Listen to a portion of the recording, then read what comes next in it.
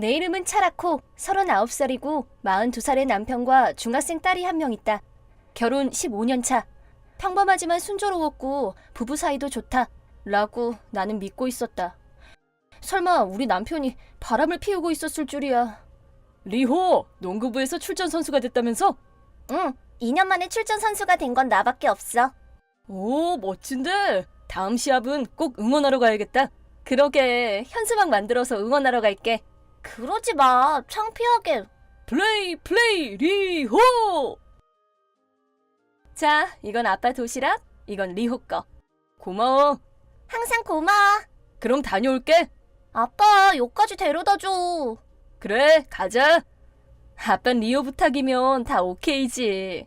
남편은 리호가 어릴 때부터 딸바보였고 육아를 잘 도와주는 이상적인 남편이었다. 이 남자도 참 폰 두고 갔네. 응? 미카? 누구지? 나왔어. 왔어. 오늘 폰 두고 갔지? 역시 두고 갔었구나. 미카라는 사람한테 몇 번이나 전화 왔었어. 혹시 전화 받진 않았지? 받진 않았어. 근데 왜 이렇게 놀라? 내가 언제 중요한 거래처 사람이라 그래? 남편의 반응이 좀 이상했지만 성실하고 둔한 남편이 불륜이나 바람을 피울 리가 없다고 믿고 있었다. 하지만 이 세상에 절대적인 것은 없었다. 사실은 차라코한테 할 말이 있어. 뭔데? 갑자기 진지해져서? 이혼해줬으면 해. 뭐? 그게 무슨 말이야? 그니까 헤어지고 싶다고. 그니까 왜? 왜 그러는데? 좋아하는 사람이 생겼어. 뭐? 지금 진지하게 만나고 있는 사람이 있어. 지금 제정신이야? 불륜을 하고 있다는 거야? 불륜이 아니야. 바람도 아니고 진심으로 사랑하고 있어. 생애 한 번뿐인 진짜 사랑. 진짜로 사랑한다고. 그게 무슨 말도 안 되는 소리야. 당신은 유부남이야. 그게 바로 불륜이라고, 불륜. 아무튼 그 여자랑 같이 살고 싶어.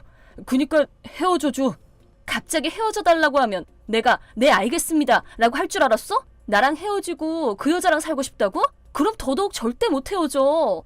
그래, 그럼 어쩔 수 없지. 포기했구나 싶었는데 이번 주 일요일 갑자기 불륜녀 미카를 우리 집에 데려왔다. 20대의 젊은 여자였다. 20살이나 차이 나는 여자를 잘도. 리오는 방에 들어가 있어. 네. 하지만 딸도 이상한 분위기를 느끼고 있었다. 남편분과 헤어져 주세요. 전 진심이에요. 진짜 뻔뻔함에도 정도가 있지. 네가 뭔데 이 집을 와. 지금 네가 하는 건 불륜이야. 남의 물건을 훔치는 도둑이랑 똑같은 거라고. 도둑이라니 너무해. 지금 너무한 게 누군데. 도둑한테 도둑이라고 하는 게 잘못이야? 이 도둑년아? 생애 한 번뿐인 진짜 사랑을 하고 있어. 서로 진심으로 사랑하고 있어요. 사랑한다는 말을 아무렇지도 않게 하네? 저는 처자식 달린 유부남을 사랑한 게 아니에요. 이 사람한테 우연히 가족이 있었을 뿐이에요. 히구치 카나코도 아니고 남의 남자가 욕심난 것 뿐이잖아. 그런 게 아니면 왜 이런 아저씨랑. 아저씨라니, 차라코 씨야말로 남편의 매력을 모르고 계신 거 아닌가요? 이렇게 멋진 사람 또 없어요. 아무튼 난 안 헤어질 거야. 저도 절대 포기 안 해요. 이야기는 결론 없이 계속 평행선만 그렸다. 그래서 다음에 다시 얘기하기로 했다. 남편은 불륜녀와 함께 집을 나갔다. 그날 밤 엄마, 이혼하는 건 어때? 리오마저 어떻게 그런 말을. 그치만 기분 나쁘잖아. 저런 젊은 애랑 불륜이라니. 나 배신자 아빠는 필요 없어. 그리고 이제 아빠라고 부르기도 싫어. 리오한테 이런 일 겪게 해서 미안해. 엄마가 사과할 일이 아니야. 엄마 있잖아. 나한테 좋은 생각이 있는데 그런 남자 우리가 먼저 버리자. 위자료랑 양육비도 왕창 받아내자. 너도 참. 위자료랑 양육비 왕창 받아내서 무일푼이 되면 아빠 같은 아저씨는 어차피 버려질 거야.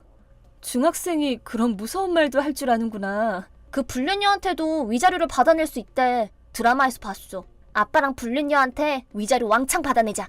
그것도 괜찮네. 애초에 돈 없는 아저씨는 이혼 가치가 없는 법이야. 뭐가 진심이란 거야? 웃겨 진짜. 아빠는 그냥 배 나오고 군내 나는 아재인데 절대 용서 못해. 딸은 아빠를 잘 따랐기에 아빠에 대한 배신감이 나보다 더 큰 것 같았다. 하지만 딸의 말도 일리가 있었다.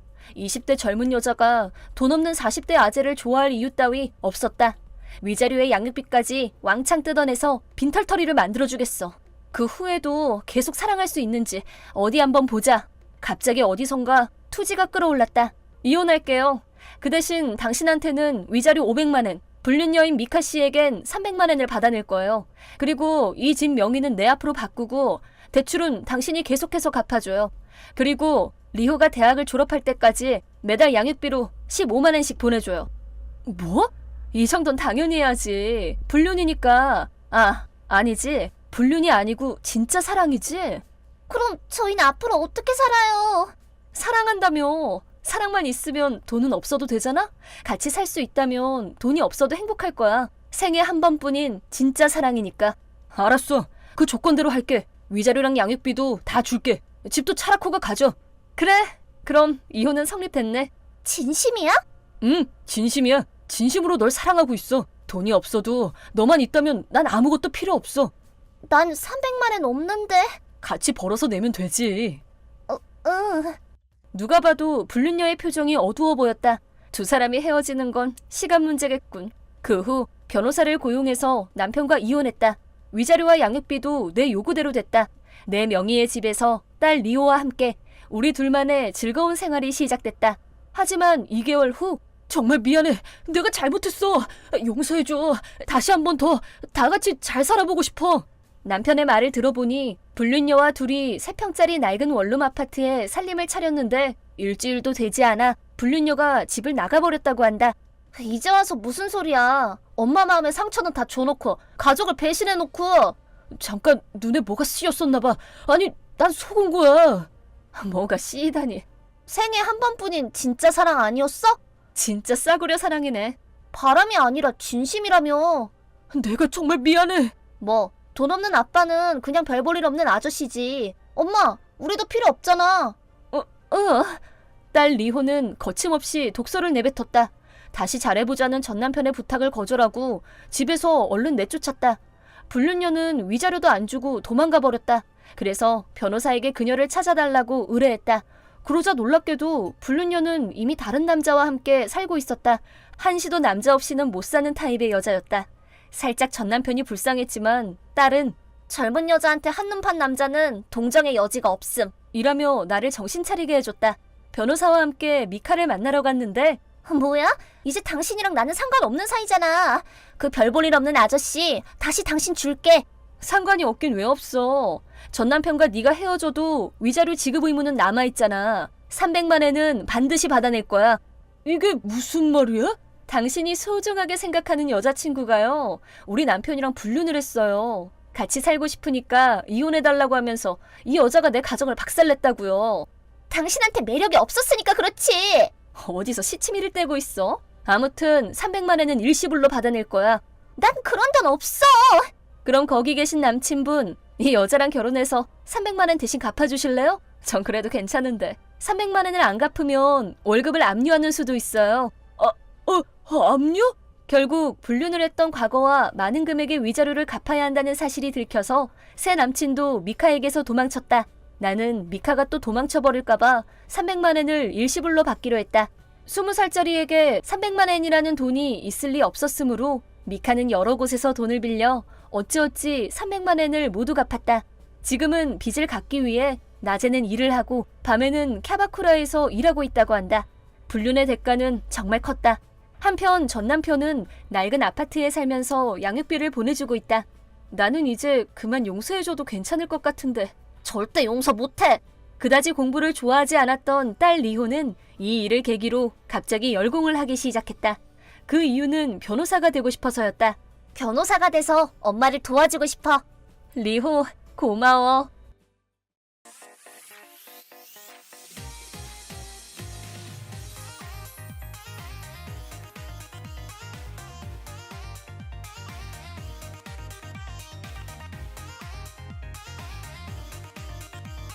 제 이름은 코토이 카노. 고등학교를 갓 졸업했습니다. 이런저런 이유로 지금은 7살 어린 동생과 둘이 살고 있습니다. 그 이유는 바로 아주 최근에 부모님께서 사고로 돌아가셨기 때문입니다. 장례식이 끝난 후에도 너무 바빠서 쉴 틈도 없이 앞으로 어떻게 살아갈지를 걱정하던 참이었습니다. 이건 다른 이야기인데 현재 초등학생인 동생 리노는 어릴 때부터 탁구를 시작해 현 대회에서 항상 입상할 정도로 실력이 좋은 아이입니다. 하지만 탁구를 계속하기 위해서는 신발과 라켓 비용에 원정 비용까지 모두 돈 드는 일들 뿐이었습니다. 집안 사정을 잘 알고 있던 리노는 나 이제 탁구 안 하려고. 라고 말했습니다. 아직 초등학생인 동생이 우리 집 사정을 배려해서 한 말인 걸 알기에 마음이 아팠습니다. 동생의 착한 마음씨에 제 마음이 아팠던 기억이 납니다. 하지만 저는 열심히 노력하는 리노를 가까이서 쭉 지켜봐 왔습니다. 그런 리노를 앞으로도 응원해주고 싶어서 언니만 믿어 라며 위로했고 저도 더 열심히 살고자 마음을 다잡았습니다. 부모님 대신 제가 정신적으로 또 금전적으로 리노를 지원하겠노라 다짐했습니다. 언니, 고마워. 나 열심히 할게. 그 말을 듣고 정말 기뻤습니다. 리노는 현에서도 1, 2위를 다투는 팀에 소속되어 있었고 부모님이 돌아가신 후에도 연습은 꼭 참여했습니다. 탁구에 집중하는 만큼 부모님을 잃은 슬픔도 조금씩 잊혀지면 좋겠다는 생각을 했지만 팀 내에 부모님이 없다니 너무 불쌍하다. 지금 네가 탁구 칠 때냐? 와 같은 조롱과 무시 섞인 발언을 하는 사람들이 점점 늘어갔고 리노는 고립되어 갔습니다. 그 중에서도 리노를 더 심하게 괴롭힌 건 현 대회에서 항상 우승을 놓치지 않는 츠지카도 씨 모녀였습니다. 모녀가 같이 악질적으로 괴롭혔고 사사건건 연락을 해왔습니다. 예를 들면 이런 식입니다. 코토이 씨, 이런저런 일로 요즘 많이 힘들죠? 이렇게 빨리 부모님을 여의다니. 네, 저도 리노도 아직 좀 마음이 힘드네요. 팀원들한테 민폐를 끼쳐서 죄송합니다. 그건 그렇고 리노가 앞으로도 쭉 탁구를 할 거라던데 정말 계속할 수 있겠어요? 금전적인 부담도 클 텐데. 분명 돈이 들긴 들겠죠. 근데 저 고등학교 졸업하면 바로 취업하기로 했거든요. 아, 그 나이도 받아줄 회사가 있대요? 네, 고졸이라 다른 사람들보단 월급이 적겠지만 리노를 위해서도 제가 힘내야죠. 아하, 그 자매애 참 멋지네. 근데 우리 팀 실력이 현 내에서도 1, 2위를 다투고 있잖아요. 우리 딸 레이는 그 중에서도 항상 우승을 하고 있고 내가 무슨 말 하는지 알죠? 분명 팀 실력이 높은 건 사실이에요. 레이를 포함한 모든 팀원도 열심히 하고 있고요. 저도 그 모습에 힘을 얻고 매일 열심히 살고 있습니다. 내 말은 그게 아니고 이번 기회에 분명히 말해두는데 우리 팀에 너희 자매는 어울리지 않는다는 말이었어. 그게 무슨 말씀이세요? 이런 말하긴 미안하지만 리노가 신는 신발도 너무 낡았고 항상 똑같은 옷만 입고 오는 것도 너무 없어 보여. 그에 비해 우리 레이는 항상 새 신발, 새 라켓이잖아. 인류팀은 몸가짐도 인류를 추구해야 하는 거야. 그 신발은 2개월 전에 산 거고요. 매번 같은 연습복을 입고 가긴 하지만 깨끗하게 빤 거예요. 리노는 더럽게 하고 다니는 아이가 아니에요. 유니폼도 팀원들과 같은 걸로 샀고요. 지금 저희가 할 수 있는 최대한을 한 거예요. 매번 새 걸 사줄 정도로 여유가 있진 않습니다. 바로 그런 것들이 팀 내 분위기를 깨는 거야. 이번 기회에 이 팀에서 나가는 것도 생각해봐. 그게 팀을 위한 길일 테니까. 이런 식으로 츠지카도 씨는 매일같이 이 팀에서 동생이 나가도록 종용하거나 우리 자매가 이 팀에 얼마나 어울리지 않는지 설명하는 문자를 보내는 등 진심으로 골머리를 앓게 했습니다. 본인 딸의 자랑을 하며 자꾸 우리를 까내리려 들어서 그냥 무시하고 싶었지만 그러면 팀 내에 있는 말 없는 말들을 퍼뜨렸습니다. 저는 하기 싫었지만 어쩔 수 없이 그 문자들에 일일이 답장을 해야만 했습니다. 하지만 그 비난의 화살은 저뿐만 아니라 동생에게도 향하고 있었습니다. 동생은 제게 힘들다는 말을 단 한 번도 하지 않았지만 동생도 힘든 나날들을 보냈겠죠. 그런 동생에게서 어느 날 연락이 왔습니다. 저는 집에 있었고 리노는 탁구 연습에 가 있던 때였습니다. 언니, 잠깐 괜찮아? 괜찮아. 연습 중 아니야? 지금 잠깐 쉬는 시간이야. 그래. 근데 무슨 일 있었어? 연습 중에 연락을 다 하고. 언니, 팀 애들이 이 팀에서 나가래. 난 필요 없다고. 게다가 레이는 맨날 날 무시해. 레이를 막아줄 사람이 아무도 없어서 나 사실 이 팀에서 왕따야. 애들 말대로 난 이 팀에 있으면 안 되는 거야? 내가 정말 탁구를 계속해도 되는 걸까? 리노는 어떡하고 싶은데? 솔직히 어떻게 해야 좋을지 모르겠어. 내가 누굴 위해 탁구를 하고 있는지도 모르겠고 열심히 노력해도 우승은 맨날 레이 차지고 레이를 이길 자신이 없어. 언닌 리노 마음 잘 알아. 많이 힘들고 분하지? 하지만 언니는 항상 네 편이야. 애들이 그런 말 하지 못하도록 언니가 더 노력할게. 언닌 리노가 계속 탁구에만 집중했으면 좋겠어. 왜 언니는 날 위해 그렇게까지 하는 거야? 사실은 전에 유품 정리를 하다가 엄마 아빠가 리노를 위해 매일 쓰시던 일기를 찾았어. 그걸 찾았을 땐 많이 놀랐어. 엄마 아빠는 항상 다정하셨지만 칭찬에는 좀 인색하셨잖아. 리노가 좋은 성적을 받아와도 잘했다 정도였고. 근데 막상 일기를 읽어보니 리노를 진심으로 응원하고 있었음을 알게 됐어. 언니가 부모님을 대신할 순 없지만 부모님과 같은 마음으로 응원해줄 순 있어. 몇 년에 걸쳐 쓰여진 일기에는 오늘 리노의 컨디션 아주 좋음, 아쉽게도 3등, 그래도 수고했다, 우승까지 좀 더 힘내자 등 부모님의 진심이 쓰여 있었습니다. 그 글귀 하나하나가 너무 따뜻해서 자연히 부모님의 미소가 그려졌습니다. 리노에게도 보여주고 싶었지만 탁구를 고민하는 리노에게 괜한 부담이 될까봐 좀처럼 말을 꺼낼 수가 없었습니다. 하지만 드디어 일기에 대해 말하게 된 것입니다. 부모님의 진심을 알게 된 동생은 언니 미안해. 이런 약한 말 언니한텐 하지 않기로 다짐했는데 나도 모르게 그만. 일기 이야기도 해줘서 고마워. 아니야, 리노는 지금 최선을 다하고 있어. 리노가 열심히 해주고 있어서 언니도 힘이 나는 거야. 응, 나 쉬는 시간 끝나서 다시 연습하러 가볼게. 부담이 될지도 모른다는 생각은 저의 괜한 걱정이었습니다. 일기에 대해 알게 된 리노는 더욱 활기차게 마치 다른 사람처럼 연습에 임하기 시작했습니다. 연습이 끝난 후에는 집에서 트레이닝을 했고 아침 해가 뜨면 곧장 조깅을 하러 나갔습니다. 동생의 체력은 눈에 띄게 좋아졌습니다. 또한 정신을 가다듬을 필요가 있다며 책도 읽고 그 와중에 바쁜 저를 도와 집안일도 하는 등 동생은 몰라보게 듬직해졌습니다. 그리고 다음 주에 있을 초등학교 시절의 마지막 대회를 앞두고 있던 어느 날 또다시 츠지카도 씨에게서 연락이 왔습니다. 드디어 다음 주가 마지막 대회네요. 올해도 우리 아이가 가운데 단상에 서 있을 걸 생각하니 마음이 벅차오르는군요.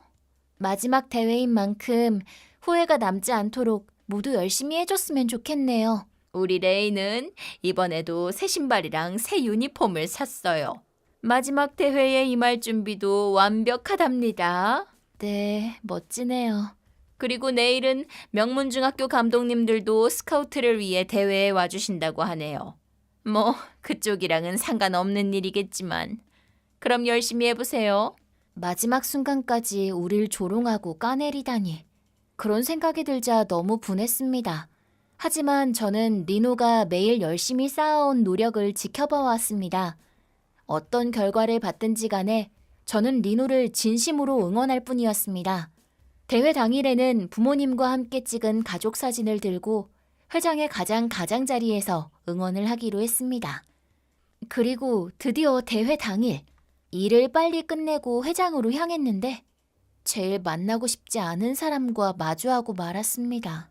어머나 벌써 오셨네요. 동생이 지는 모습이라도 보러 오셨나 보다.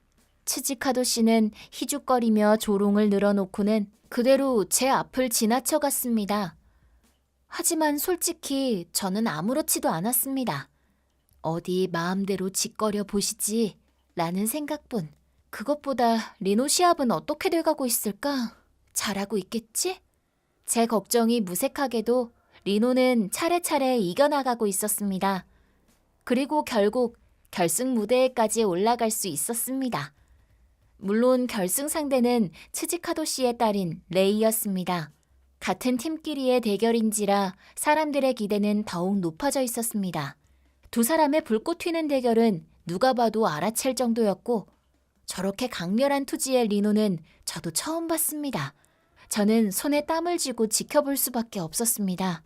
결승전은 파이널까지 이어졌고 리노의 우승까진 1점이 남은 상황이었습니다. 리노! 리노! 엄마 아빠도 응원하고 계셔. 힘내라! 그리고 리노! 잘했어!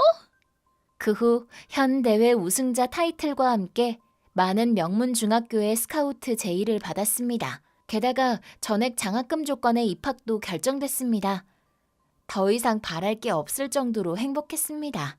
훗날 현 대회를 취재한 기사에 리노의 인터뷰가 실려 있었습니다. 거기엔 제가 우승할 수 있었던 건 저와 같은 팀 라이벌인 레이가 있었기 때문입니다. 레이가 있었기 때문에 마음을 더욱 강하게 먹을 수 있었고 이렇게 싸워 이길 수 있던 것입니다. 그리고 저는 얼마 전 부모님을 여의고 지금은 언니와 단둘이 살고 있습니다. 식사 준비와 집안일 등 여느 가정과 똑같이 부족함 없는 생활을 보내고 있습니다. 언니 고마워. 앞으로 더 높은 곳을 향해 열심히 하겠습니다. 자연스럽게 제 눈에서는 눈물이 뚝뚝 떨어졌습니다. 부모님의 장례식 이후 운 건 이번이 처음입니다. 이번에 준우승을 차지한 레이도 이전의 우수한 성적 덕분에 많은 명문 중학교에서 스카우트를 받았는데 결과적으로 리노와 같은 학교를 택했습니다. 지금은 두 사람 모두 목표를 향해 서로를 응원하며 탁구 연습과 학업에 열심히 임하고 있습니다. 아, 맞다. 무엇보다도 가장 놀라웠던 건 여러모로 미안했어요. 자꾸 이상한 말만 해대서. 저 사실 무서웠나 봐요. 많은 지원을 받는 우리 아이보다도 리노 실력이 더 좋아지고 있던 걸 말이죠. 실제로도 우리 아이가 지기도 했고요. 리노는 정말 강했어요. 리노를 지지해준 카노 씨도 많은 노력을 했겠지요. 저도 우리 아이도 반성할 점 투성이네요. 다시 한번 미안합니다. 레이와 리노는 또 같은 팀이 될 테니 제가 도울 일이 있다면 뭐든 말해주세요. 라면서 사과를 한 일이었습니다. 좋은 결과를 내려다보니 츠지카도 씨도 그런 잘못을 하게 된 거겠죠. 제 편이 되어주기만 한다면 마음 든든한 사람입니다. 같은 팀이 된 이상 서로 싸워봤자 앞날에 좋을 일은 없겠죠. 아니요, 저는 괜찮아요. 우리 서로 리노와 레이를 지지해야 하는 입장이니 서로 돕고 살아요. 잘 부탁드립니다. 고마워요, 정말로. 그 이후로 나와 츠지카도 씨는 뭐든 다 털어놓는 좋은 사이가 되었습니다. 츠지카도 씨도 이전과 다르게 상냥하고 잘 웃는 사람이 되었습니다. 시합 때도 저희를 차로 데려다주는 등 많은 지원을 해주는 덕에 솔직히 정말 감사할 따름입니다. 저 역시 일본 국가대표를 꿈꾸는 동생을 위해 더욱더 노력할 겁니다.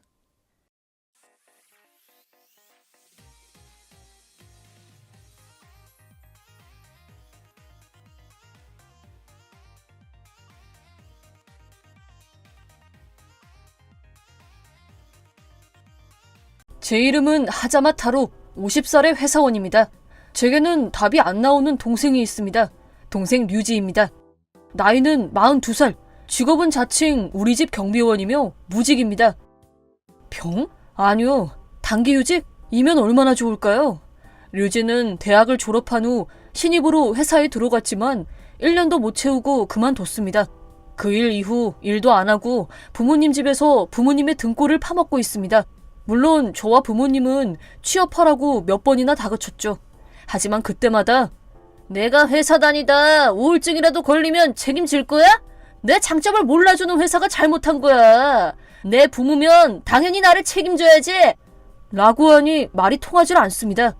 하지만 부모님 연세도 이제 곧 70대 끝자락이라 더 이상 부모님께 빌부터 살게 할 수는 없었습니다. 그래서 저는 효도 여행에 보내드리며 잠시 집을 비워달라고 부탁했습니다. 밥을 차려주는 사람이 없어지면 저 녀석도 본인 일은 스스로 해야만 한다는 걸 알게 될 테니까요. 하지만 제 뜻대로 되지는 않았습니다. 무려 동생은 제가 부모님께 선물한 여행 티켓을 인터넷에서 팔아 게임 머니로 몽땅 써버린 겁니다. 류지, 너 대체 뭐 하는 놈이야? 부모님께 선물한 티켓을 네 맘대로 팔아버리다니.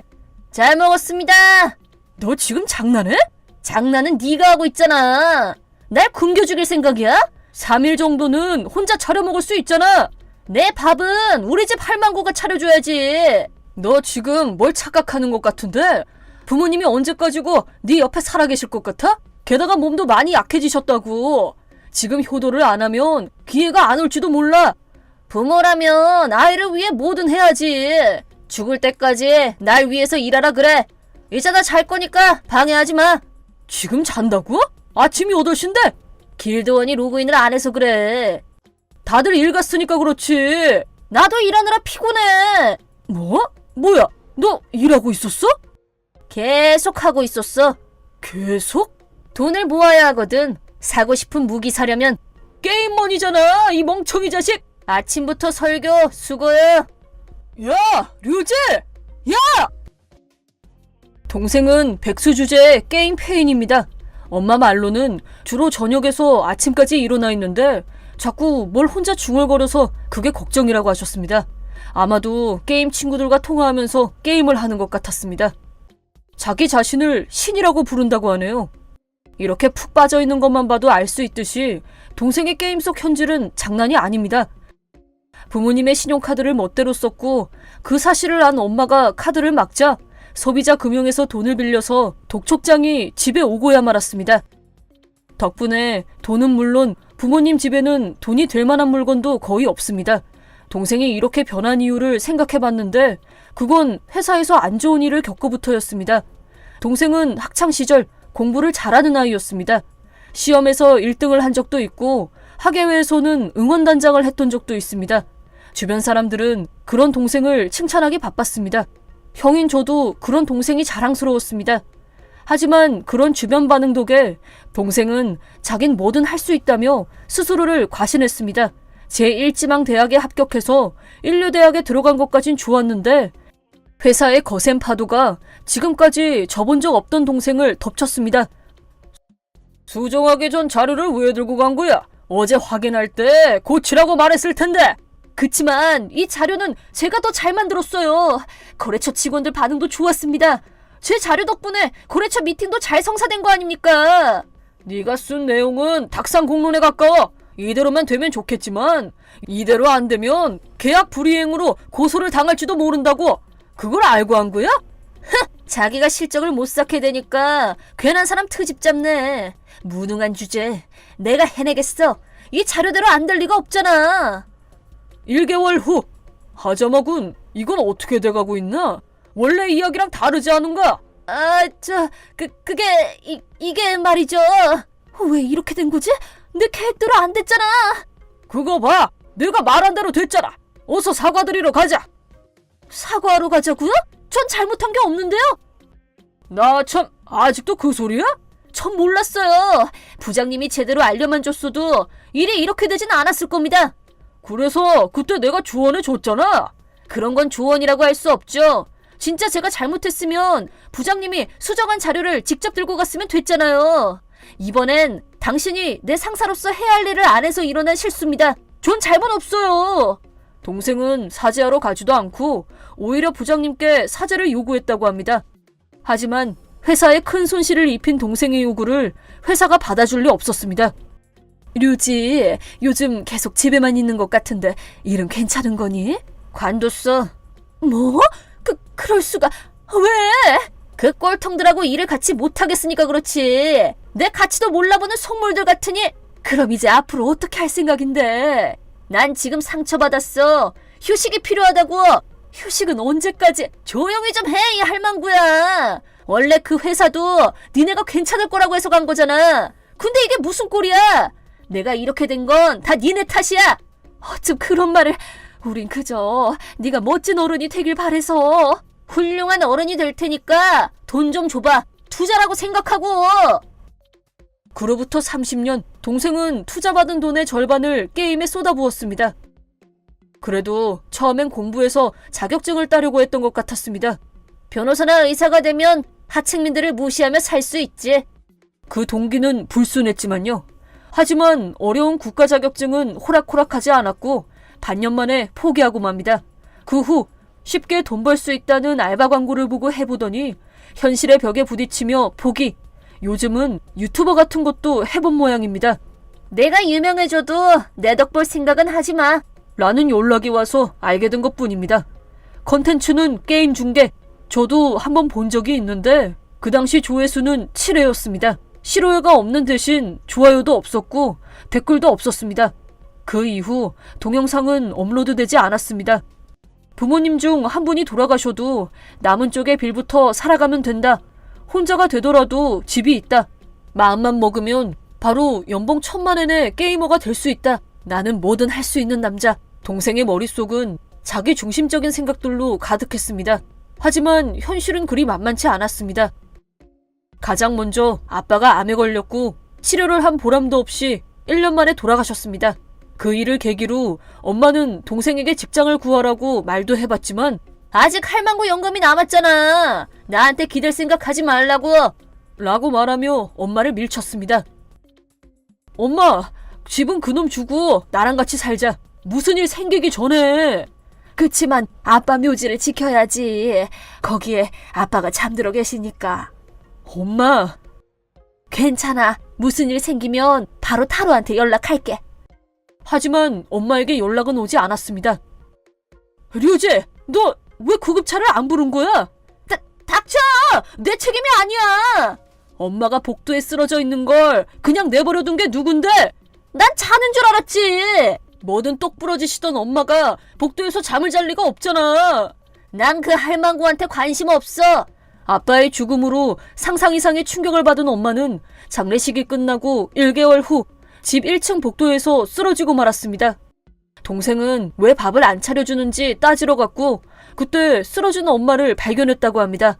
하지만 쓰러진 엄마를 넘어 거실로 갔고 컵라면을 끓여서 그대로 2층 동생의 방으로 올라갔다고 합니다. 아빠가 돌아가실 때 그랬던 것처럼 동생은 4개 모두 다 떠넘기고 장례식장엔 와보지도 않았습니다. 그리고 장례식이 끝난 날 밤, 어이 형, 유산 상속은 얼마야? 거짓말하면 죽여버린다. 나한테는 인터넷 친구가 엄청 많거든. 굴한지 아닌지는 금방 알 수 있어. 장례식에도 안 온 주제에 뻔뻔하게도 돈을 달라니 정말 넌 기생충 그 자체구나. 닥쳐! 부모 돈은 내 돈이기도 해. 유산 상속은 친자인 내게도 권리가 있어. 그니까 구라치지 말라고. 그런 거 없어. 구라치지 마. 거짓말 같으면 네가 직접 알아봐. 이랜도 없다고? 그렇게 큰 장례식을 치러놓고? 없어. 부모님이 남기신 돈은 모두 장례식에 썼어. 유언장에 그렇게 적혀 있었으니까. 부족한 돈은 내가 채웠고. 장례식을 그렇게 크게 치러줬다고? 그럴 리가 있겠냐? 크기는커녕 그냥 약소했어. 엄마가 불쌍하게 느껴질 정도로. 그럼 왜 돈이 없는 건데? 네가 일도 안 하고 게임만 하니까 그렇지. 그걸 왜 몰라? 난 돈 쓴 적 없어. 네가 뽑기 하는데 돈 쓰고 무기 사는데 돈 쓰고 다달이 네가 쓴 10만 원을 벌려면 일을 얼마나 해야 하는지 알아? 70이 넘은 엄마가 왜 알바를 해야 했는지 모른다고 할 수는 없겠지? 전부 다 네 미래를 생각해서 그런 거야. 근데 넌 엄마의 마지막 순간을 보러 오지도 않았어. 이젠 후회도 늦었어. 그 할망구 내가 알 바야? 돈이 없으면 이 집 줘. 강제로 쫓아내면 다 불태울 거야. 너 집 유지에 얼마나 많은 돈이 들어가는지 알긴 알아? 그건 상관없어. 멍청하긴. 난 집 한 돈으로 살아갈 거니까. 멍청한 건 너야. 가장 가까운 역에서도 집까진 차로 와야 하는데 그것도 지은 지 50년이나 지난 주택을 누가 사겠어? 안 그래도 인구수까지 줄고 있는 시대인데. 아니 그래도 집이잖아. 집이니까 더 문제지. 네가 구매자가 돼서 생각해봐. 낡은 주택이랑 신축 주택 뭘 살래? 아직 일본은 신축이 더 잘 팔려. 수백만 원에 팔리는 것도 감사해야 할 정도라고. 농담이지? 그럼 난 어떻게 살란 말이야? 옛날부터 계속 말했잖아. 일해! 싫어! 왜? 마음만 먹으면 연봉 1,000만 원의 게이머가 될 수 있다며. 그렇긴 한데 아직 준비가 덜 됐어. 뭐라든 준비할 시간이 필요하잖아. 준비할 시간이라면 충분히 줬잖아. 적어도 30년은 줬을걸? 아무리 그래도 힘든 건 힘든 거야. 형, 당분간 나 좀 도와줘. 친동생이잖아. 난 부모님의 장례식도 나 몰라라 하는 동생은 둔 적 없어. 이번 기회에 자립해 류지. 형네 집으로 쳐들어갈 거야. 말해두는데 네가 아는 그 주소에선 이제 안 살아. 뭐? 정근 때문에 이사했어. 그럼 지금 어디 사는데? 내가 그걸 왜 알려줘? 잠깐만, 동생 죽는데 구경만 할 거야? 엄마가 죽어가는데도 구경만 한 놈이 그게 할 말이야? 입만 살아가지고 그 입을 돈 버는 데 써봐. 잠깐만 형! 그 이후로도 동생은 이 방법 저 방법을 써가며 연락해왔지만 모두 차단. 그 사이 연락이 뚝 끊긴 걸 보니 폰 요금이 연체됐음을 직감했습니다. 1년 후 우연히 부모님 집 근처로 외근 갈 일이 있어서 차로 몰래 집을 살펴보니 집 앞엔 매물이라는 간판이 세워져 있었습니다. 아무래도 동생은 제 충고를 무시하고 집을 팔려고 내놓은 것 같았습니다. 물론 팔리진 않았지만요. 그러던 어느 날 업무상 지나친 공원의 무료급식소에서 동생을 닮은 남자가 줄을 서 있는 걸 봤습니다. 일이 바빠서 확인하진 못했지만요. 설령 진짜 동생이라고 해도 이제 와서 동생을 도울 생각은 없습니다. 저도 지켜야 할 가족이 있기 때문입니다. 지금은 녀석에게 가장 중요한 고비입니다. 부디 스스로 잘 이겨내길 바랄 뿐입니다.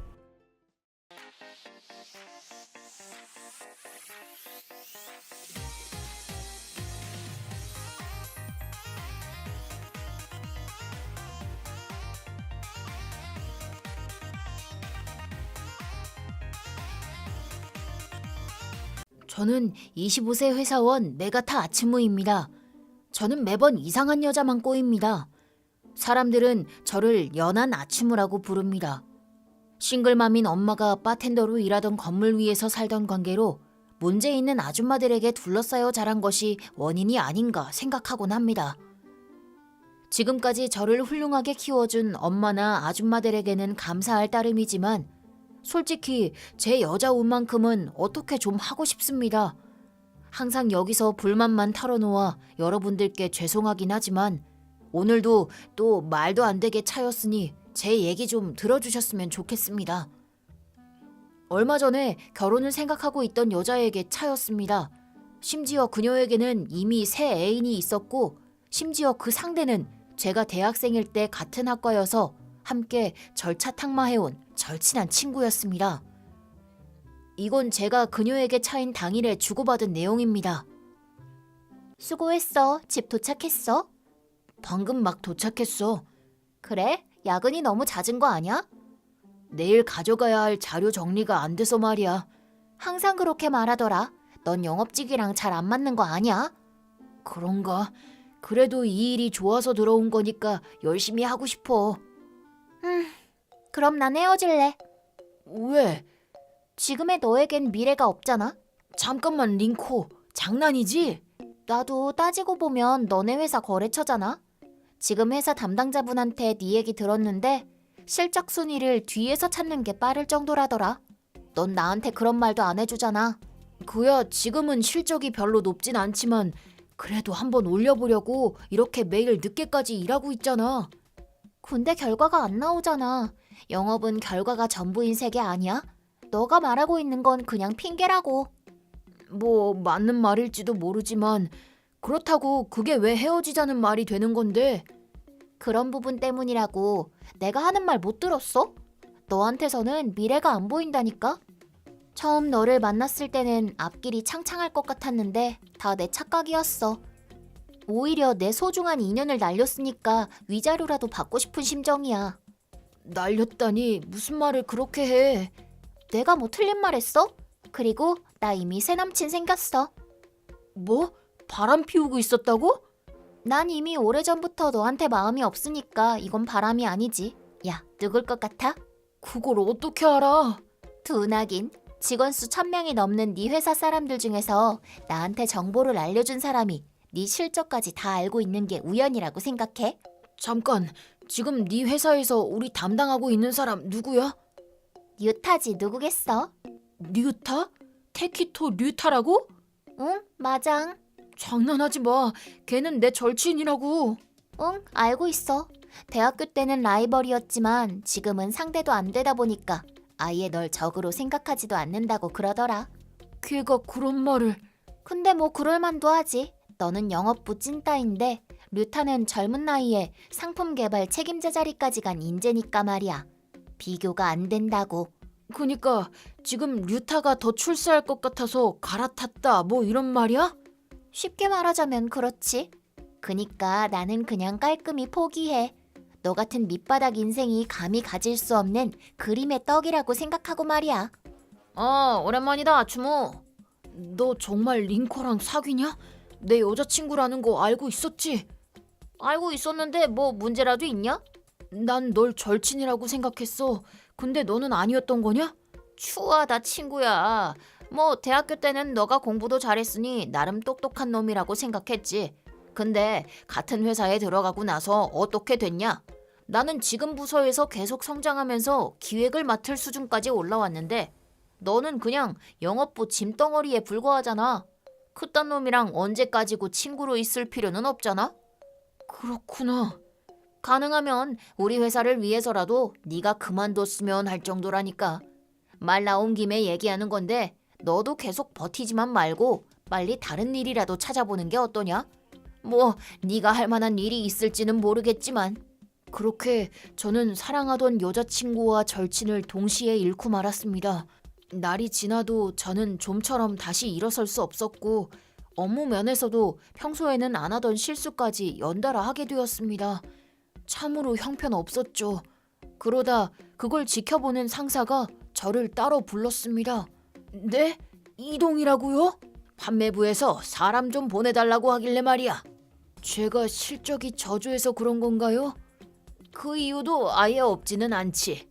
그래도 나는 자네가 누구보다도 시간을 들여 열심히 해왔다는 것을 알고 있네. 그래서 이번에 자네를 추천한 거야. 3년 동안 지켜봤는데 자네는 법인 영업보다는 직접 고객을 응대하는 쪽이 더 잘 어울린다고 판단했어. 그렇군요.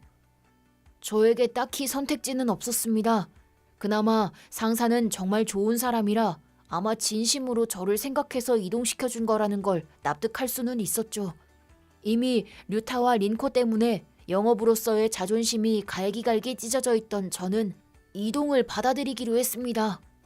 인사 이동 후 제 업무는 자사 제품을 취급하는 가게에서 판매를 하는 일이었습니다. 급여도 꽤나 줄었고 지금껏 평일 근무였던 게 시프트제로 바뀐 관계로 주말에도 일하는 날이 많아져 생활 패턴도 확 바뀌었습니다.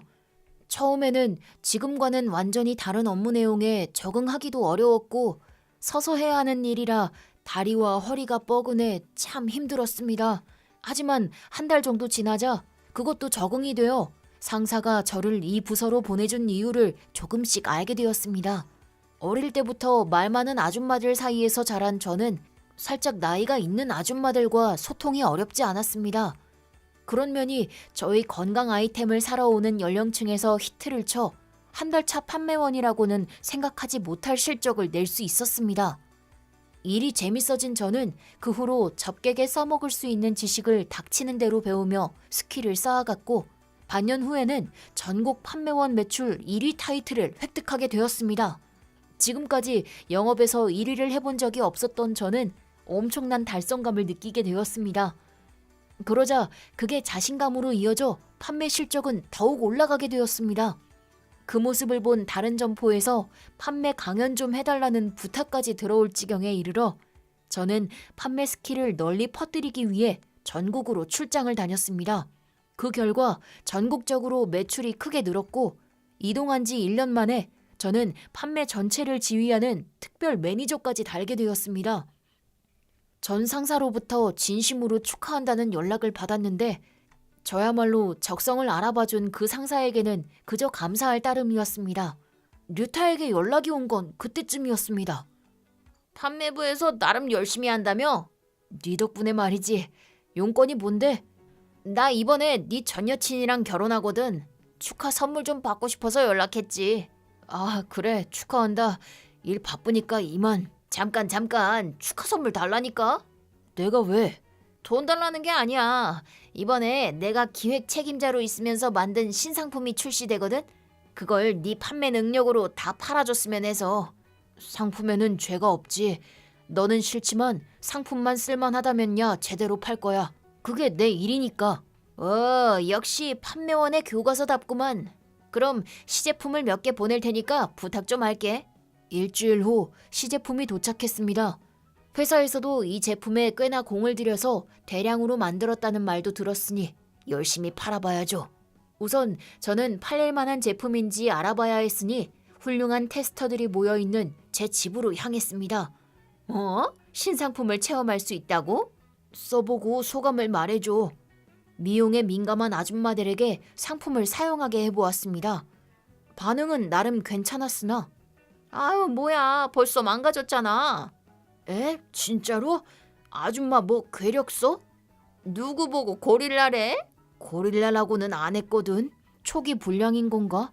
그런 줄로만 알았으나 그 후 여러 점포에서 테스트를 해보았을 때도 고장이 빈번히 일어나 이건 제품 자체에 문제가 있다고 확신했습니다. 이런 걸 판매하면 우리 브랜드 이미지에 먹칠만 하지. 류타 잠깐 시간 되냐? 벌써 내 역작이 발매됐구나. 그 역작 말인데 각지에서 벌써 고장이 엄청 자주 일어나고 있어. 뭐라고? 한번 제품에 문제가 없는지 구조를 재확인해봐야 될 것 같은데? 웃기지 마. 문제가 있을지도 모르는 상품을 이대로 팔 수는 없잖아. 니들은 그냥 우리가 하는 말만 듣고 팔라고 하면 닥치고 팔면 되는 거야. 할 수 있는 거라곤 그것밖에 없는 주제. 어딜 판매원 주제에 실적 좀 좋다고 기어오르긴 기어올라. 결국 제 의견은 수용되지 않았고 신상품은 예정대로 판매하게 되었습니다. 많은 사람들이 기대를 하고 있었기에 빠르게 팔려나갔고 여러 잡지에도 언급되어 좋은 분위기가 이어졌습니다.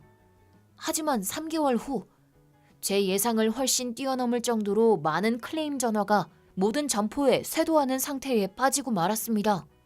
야, 판매가 저조해지고 있잖아. 어떻게 좀 해봐. 인터넷에서도 고장났다는 평가가 너무 많다 보니 사는 게 꺼려지는 건 당연한 거지. 변명하지 마. 니들 판매원이 노력을 안 해서 그런 거지. 미안한데 일단 모든 점포에서 상품을 진열대에서 빼놨어. 뭐? 이 이상 클레임 건수를 늘릴 수도 없고 무엇보다도 괜찮겠지 생각하고 판매했는데 판매원들이 고객들로부터 항의를 받느라 너무 힘들어하니까 말이야. 판매원들은 그냥 그만두면 다시 뽑으면 되는 거잖아. 그 발언한 것도 다 보고해둘게. 보고라니 누구한테? 너보다 훨씬 높은 사람. 뭐? 실은 이번 고장 사태에 대해서 현장 상황을 듣고 싶다고 기획개발 상층부에서 직접 찾아왔거든. 당연히 3개월 전 너랑 주고받은 메시지도 보여줬지. 너 진심으로 하는 말이야? 진짜 엄청 극대노하시더라. 뭐 네가 그걸 모르는 시점에서 뭔가 의심받고 있는 걸 테지만 말이야. 너 이 제품 만들 때 뭔가 해먹었지? 난 그저 좋은 물건을 만들려고 노력했을 뿐이야. 거래처랑 짜고서 뒷돈을 챙겼다든가. 무슨 말이야? 원래 회사에서 발주하던 물건보다도 더 값싸고 조악한 물건을 거래처에서 납품하도록 손봐두고 그 차액을 거래처 담당자랑 나눠 가졌다. 뭐 그런 거겠지. 근거도 없는 얘기를 하고 있냐? 미안하지만 이건 윗선에서 조사하고 있는 내용이야. 책임자라고는 해도 아직 젊은 네가 이런 일을 할 수 있을 리가 없다고 수상하게 생각했던 모양인데 나는 거래처 이름을 듣고 바로 알았어. 너랑 짜고 친 상대는 린코잖아. 그년이 먼저 제안한 거라고. 난 잘못한 거 없어. 드디어 자백하는구만. 증거로 남기고 위에 보고할게. 하지 마 미친놈아. 내 잘못이 아니라고 말했잖아. 하여튼 일을 벌인 건 사실이지. 이제 여기서는 불량품 대응이랑 대량으로 재고 처분해야 해서 난리도 아닐 거야. 그 책임 소재를 명확하게 해두는 건 당연히 필요하지 않겠어? 잠깐만 아추모. 우린 친구잖아. 절친이라며. 나 좀 살려줘. 네가 판매원들한테 말해서 이건 고장이 잘 난다 어쩐다 하면서 고객한테 미리 말하고 나서 팔면 되는 거잖아. 판매원을 뭘로 보는 거야? 제대로 된 것도 아닌 이딴 조악한 물건을 어떻게 고객한테 판매하냐? 어떻게 좀 해보라고. 너와의 우정은 이미 끝났어. 미안한데 너같이 비겁한 놈은 친구도 뭣도 아니야. 포기하고 대가나 치러. 잠깐만 아추모. 야, 나 좀 살려줘. 그 후 조사를 통해 신상품이 설계대로 만들어지지 않아 내구성에 큰 문제가 있다고 판단되어 모든 제품은 판매 중지되었고 이미 구입한 손님들에게는 돈을 돌려드리게 되었습니다. 책임자가 류타였기에 바로 징계 해고되었고 린코와 짜고 친 탓에 회사에 엄청난 손해를 주게 되어 거액의 손해배상 청구를 당하게 되었다고 합니다. 류타에게 그런 처분이 내려지자마자 아츠무, 오랜만이야. 나야, 링코. 혼자 외롭게 해서 미안해. 다음에 너네 집 놀러 가도 돼? 되지? 나 요리 엄청 많이 늘었어. 분명 너도 마음에 들 거야. 토요일 10시에 갈게. 기대하고 있어. 뭐? 역시 네가 아니면 안 될 것 같아. 우리 다시 시작해보자. 지난 1년 동안은 우리 둘의 사랑을 더 끈끈하게 만들기 위한 기간이었던 거야. 뭔 말 같지도 않은 소리를 하고 있어. 사랑을 더 끈끈하게 만들어? 끈끈하긴 개뿔. 금만 같구만. 2번 다시 전으론 돌아가지 않을 거야. 집도 이미 이사했고 새로운 주소를 너한테 알려줄 생각도 없어. 류타랑 짜고 쳐서 너도 해고당했지? 그래서 나랑 다시 잘해보려는 거잖아. 예전부터 화장이 두껍다 생각했는데 두꺼운 건 화장뿐만이 아니라 낯짝도 마찬가지였나 보네. 부탁이야, 살려줘. 나 이제 어떻게 해야 할지 모르겠다고. 아직 나 좋아하는 거 맞지? 미안한데 너랑은 안 되겠어. 너는 미래가 없잖아. 내 미래는 너랑 만들 거야. 혼자서 실컷 떠들고 나한테는 연락하지 마. 잠깐만, 아츠무. 아츠무, 부탁이야, 살려줘. 결국 회사에서 잘린 둘은 청구당한 손해배상으로 인해 생긴 빚을 갚으려 해도 부정을 저질러 해고당한 인간을 고용해주는 곳은 거의 없었고 지금은 낮은 시급으로 아침부터 밤까지 일하고 있다고 하는데 아마 평생을 일해도 다 갚지 못할 것 같습니다. 참고로 저는 이번 사건에서 상품 판매를 중단시킨 것을 높게 평가받아 모든 점포 총괄 매니저로 승진하게 되었습니다. 당연히 급여도 영업부에 있던 때와는 비교도 안 될 정도로 올라갈 예정입니다. 승진 축하해, 아츠무. 다 우리 덕분이지? 그지? 아줌마들 덕이야. 고마워. 자, 그래서 마음껏 마셔보자고. 워호, 아츠무 통 크다. 다음번이야말로 좋은 여자를 만나고야 말 테다.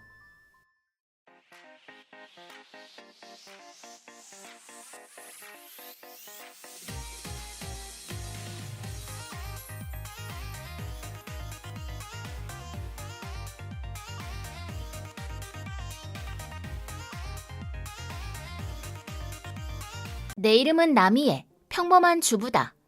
오늘은 나랑 남편 사이에서 일어난 사건에 대해 얘기하려고 한다. 동갑내기 남편인 유마랑은 대학생 때 사귀기 시작했다. 서로 사회인이 되고 나서도 계속 만나 25살에 결혼했다. 그로부터 3년이 지났고 별 문제 없이 평화로운 결혼 생활이 이어졌다. 이쯤 되니 슬슬 아기를 가지자는 얘기가 나와서 아이 가지기에 힘썼지만 임신이 잘 안 되기에 남편과 함께 산부인과에서 불임 검사를 받았다. 다음 날 검사 결과를 들으러 가니 충격적인 사실이 밝혀졌다. 아무래도 남편분이 불임이신 것 같네요. 말도 안 돼. 나는 아이 욕심도 크게 없고 입양해도 좋다는 의견이었지만 남편은 친자식을 가지고 싶어 해서 대화 끝에 결국 치료에 집중하기로 했다. 불임은 남편이었지만 남편만 치료를 받는 건 아니었다. 나도 난자를 활발히 만들기 위해 호르몬 주사를 맞아야 했다. 그것만이라면 크게 상관없지만 불임 치료를 계속하면서 내 몸에 변화가 일어났다. 자기야, 오늘 몇 시쯤에 집에 와? 많이 늦을 거야. 먼저 자고 있어. 또? 요즘 야근이 너무 많지 않아? 그래도 어떡해. 일이니까 할 수밖에 없잖아. 뭐 용건이라도 있어? 그런 건 아닌데 요즘 얼굴도 거의 못 봤잖아. 근데 어쩔 수 없잖아. 저기, 솔직히 말해줘. 뭐를? 나 피하고 있지. 왜 그러는 거야? 그야 일 때문에 피곤하니까 그렇지. 거짓말 하지 마. 불임 치료하고 나서부터 점점 바빠지기 시작했잖아. 무슨 말이 하고 싶은데? 내가 살이 많이 쪄서 그렇지? 그런 건 아니야. 아닌데 뭐 그래도 다이어트 같은 거라도 해봐. 전에도 말했잖아. 이건 호르몬 주사 부작용이라고. 나도 어쩔 수 없단 말이야. 정말이야? 나 아는 사람도 불임 치료했는데 그 아내분은 변함없이 똑같았어. 그야 사람마다 치료 방법도 다르고 개인차가 있잖아. 어쨌든 앞으로 조금만 더 참아봐. 애초에 당신이 원해서 불임 치료 시작한 거잖아. 그렇긴 한데 전부 내 탓으로 돌리지 마. 너도 이왕이면 친자식을 가지고 싶잖아. 그래서 살찌는 것도 무릅쓰고 주사 맞고 있잖아. 애가 생겼다 쳐도 그걸로 끝이 아닐 거라고. 됐다. 내가 미안해. 일단 오늘 나 늦으니까 먼저 자. 나중에 다시 얘기하자. 그렇다. 난 불임 치료의 영향으로 살이 찌고 말았다. 원래 운동하는 걸 좋아해서 내 입으로 말하긴 뭐하지만 늘씬한 몸매였는데. 그래도 나는 아이를 위해서 참았는데 남편이 이 모양이다. 날 쳐다보는 것도 싫어하는 것 같다. 인공수정이라 침실을 같이 쓸 필요는 없지만 어딘가 석연치 않다. 그리고 치료 자체도 크게 효과가 없어서 이런 상태가 1년 가까이 이어지고 있다. 나는 이제 그만두자고 했지만 남편은 양보할 수 없다며 치료를 계속하자고 단호하게 말했다. 이렇게 뜻을 굽히지 않는 이유는 아마도 남편이 회사의 후계자이기 때문일지도 모른다. 대대로 기업을 운영한 집안이라 아이를 꼭 만들어야 하고 혈통을 고집하는 것도 이해는 간다. 어찌저찌 치료를 계속하고는 있지만 어느 날 외출하고 돌아온 나는 믿을 수 없는 걸 발견했다. 이게 무슨 일이야? 집에 왔더니 당신 물건이 싹 없어졌는데? 그리고 책상 위에 있는 이혼 신고서는 뭐야? 보면 몰라? 그만 이혼하자. 내가 나갈 테니까 그 집에서 그대로 쭉 살아도 돼. 네가 그거 제출 좀 해줘. 그래서 내가 순순히 그렇게 해줄 것 같아? 적어도 이유라도 말해줘. 이제 더 이상 네가 여자로 안 보여. 내가 살쪘기 때문이야? 뭐 솔직히 말하면 그렇지. 난 뚱뚱한 여자는 절대 안 돼. 솔직히 보는 것조차 싫어. 뭐라고? 나도 좋아서 살찐 게 아니거든. 전부 당신 때문에 그런 거 아니야. 아이는 우리 둘 다 바란 거잖아. 아니, 난 입양해도 좋다고 그랬어. 돈도 많이 드니까 이제 불임 치료 그만두자고 계속 말했다고. 내 말을 무시한 게 누군데? 알았어. 내가 잘못했다. 미안. 이제 됐어? 미안하다면 다야? 네가 친자식 가지고 싶다고 해서 살찌는 것도 참고 치료도 받아줬건만 그에 대한 보답이 이거니? 자꾸 그렇게 생색내면 나도 고마운 마음 안 들어. 누가 고마워해달랬어? 우리 할 얘기 많잖아. 재산 분할이나 위자료 얘기 말이야. 뭐? 위자료까지 받을 작정이야? 당연한 거 아니야? 그럼 이혼 신고서만 내밀면 다 끝나는 줄 알았니? 만만하게 보지 마. 재판이든 뭐든 다 할 테니 각오해. 귀찮은 여자구만. 이렇게 우리는 이혼하게 됐다. 상황이 이러니 이혼의 과정은 순탄치 못했다. 이혼하고 싶다는 것에 대해선 둘 다 의견이 일치했지만 재산 분할이나 위자료에서 의견이 충돌했다. 서로 변호사를 선임해서 치열하게 대립했다. 유마 쪽은 위자료를 지급하지 않겠다며 계속 거부했고 나도 이대로 단념하는 건 눈에 흙이 들어가도 싫어서 대화가 평행선을 달리는 것도 당연하다. 나는 진흙탕 이혼 재판에 스트레스가 계속 쌓였다. 그런데 대학 친구였던 리카코한테서 연락이 왔다. 리카코는 유마랑도 아는 사이고 정보통 같은 애인데 리카코가 재밌는 얘기를 들려줬다.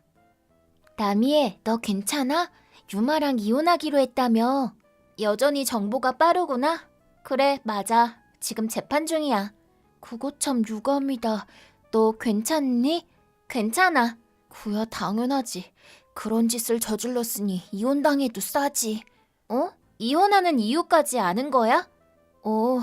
유마가 바람 피워서 결국 애까지 만들었잖아. 잠깐만, 그 얘기 어디서 들었어?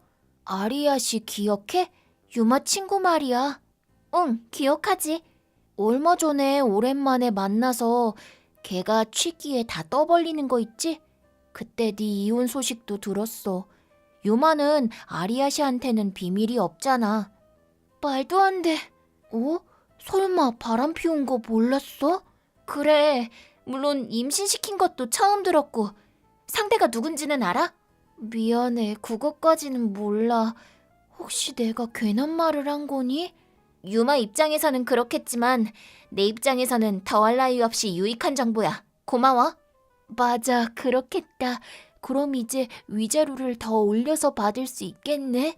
더 철저히 준비해야겠지만 그럴걸? 잘 됐네. 일 잘 풀리면 나 맛있는 거 사줘. 먹고 싶은 거 말만 해. 일단 그 얘기 한 번 더 자세히 들려줄래? 다음에 변호사도 있는 곳에서. 나만 믿으라고. 상상치도 못한 곳에서 엄청난 정보를 들었다. 이제 재판에서 유리해지겠다고 기뻐했건만 하나 신경 쓰이는 점은 그 불륜 상대의 임신이다. 유마는 불임이라서 아무리 노력해도 자연 수정은 불가능할 텐데 설마 그 여자한테도 불임 치료를 강요했을 리도 없고 남편도 아닌 인간 때문에 호르몬 주사를 맞는 여자는 드물 거다.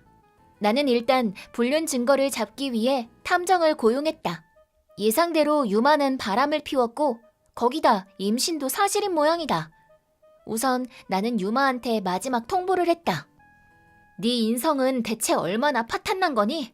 아내 불임 치료 시켜놓은 마당에 자기는 불륜이라니. 뭐? 그게 뭔 소리야? 아, 발뺌은 됐어. 이미 다 조사했으니까. 네 불륜 상대는 술집 여자지? 이름은 루미였나? 어떻게 한 거야? 네 친구 입 가벼우니까 다음에 바람 피울 때는 말 안 하는 게 좋을걸. 참고로 나한테 불륜 증거 다 있어. 진짜 끈질긴 여자네. 됐어. 돈이 그렇게 가지고 싶으면 줄게. 난 이제 곧 아빠가 될 몸이니까 너같이 성가신 여자 상대할 시간은 없거든.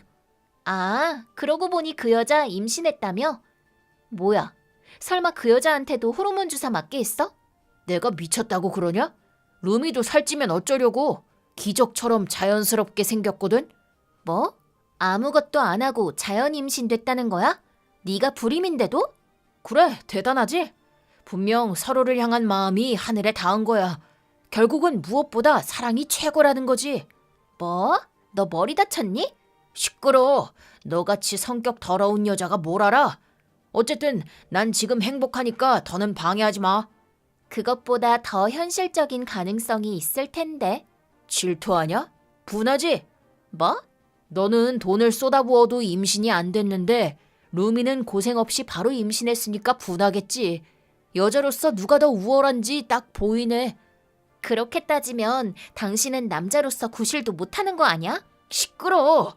어쨌든 이제 귀찮게 굴지 마. 진심으로 하는 말인가? 정말로 그 여자가 자연 임신했다고 믿는 건가? 아니, 그건 어렵겠지. 하지만 유마도 자기가 불임이란 건 충격이었겠지? 역시 남자한테 생식 기능은 자존심의 영역이니까. 그래서 더 희박한 가능성에 목숨을 거는 걸지도 모른다. 근데 아무리 그래도 유마가 저지른 짓은 용서 못해. 나를 심하게 모욕한 데다 바람까지 피웠으니까. 난 유마의 부모님과 약속을 잡고 직접 만나 얘기를 나눴다. 탐정을 고용해 조사한 내용도 포함해서 전부 다. 그리고 그 다음 날. 야, 너 치사하게 고자질을 했겠다? 너야말로 바람 피웠단 얘기는 쏙 빼놨더라. 임신까지 시켜놔서 핑계대기도 어려웠을 텐데. 너 때문에 나 부모님한테 절연당했잖아. 어머나 불쌍해라. 난 시부모님한테 예쁨을 듬뿍 받았잖아. 근데 웬 절연이야? 그 여자랑 같이 사는 건 허락 못한다고만 하지 않았어? 난 루미를 사랑하거든. 뱃속에 내 아이도 있고 말이야. 무슨 일이 있어도 결혼하겠다고 했어. 아직도 그 얘기야? 이제 현실을 좀 직시해. 그리고 네 부모님께도 말씀드렸어. 그런 걸 누가 믿어? 믿든 말든 사실이야. 탐정이 철저히 조사했거든. 그 루미라는 여자 따로 남자가 있대. 심지어 너 포함해서 4명이나. 임신했다면 애아빠는 그 셋 중에 하나겠네. 내 아이일 가능성도 있을 거 아니야. 아예 없지는 않겠지만 엄청 희박하겠지? 근데 그것보다 임신한 여자가 사귀고 있는 사람들 중에서 제일 장래가 유망해 보이는 사람을 아빠로 고른 거 아니야? 그야 그렇겠지. 너는 사장님 아들이잖아. 루미는 그런 애 아니야. 알지도 못하면서 함부로 말하지 마. 아, 그래? 그러면 부모님한테 절연당한 거 그 여자는 알아? 그럼 아까 전화로 자긴 괜찮다고 그랬어. 그럼 다시 걸어보든가. 아마 전화 안 받을걸? 바빠서 못 받는 걸 거야. 그래, 평생 기다려라. 당연한 얘기지만 유마는 그 여자랑 다시는 만나지 못했다. 이 세상에는 나보다 훨씬 더 고약한 여자가 있다는 걸 유마는 아마 몰랐겠지. 이렇게 모든 걸 잃은 유마는 정신이 피폐해져 우울증에 걸렸다. 회사도 해고당했다는데 그 뒤로 어떻게 되는지는 모른다. 난 이혼하고 불임 치료를 그만둔 뒤로 열심히 다이어트에 몰두하고 있다. 지금은 결혼 전 모습으로 돌아가 즐거운 돌싱 라이프를 만끽하고 있다.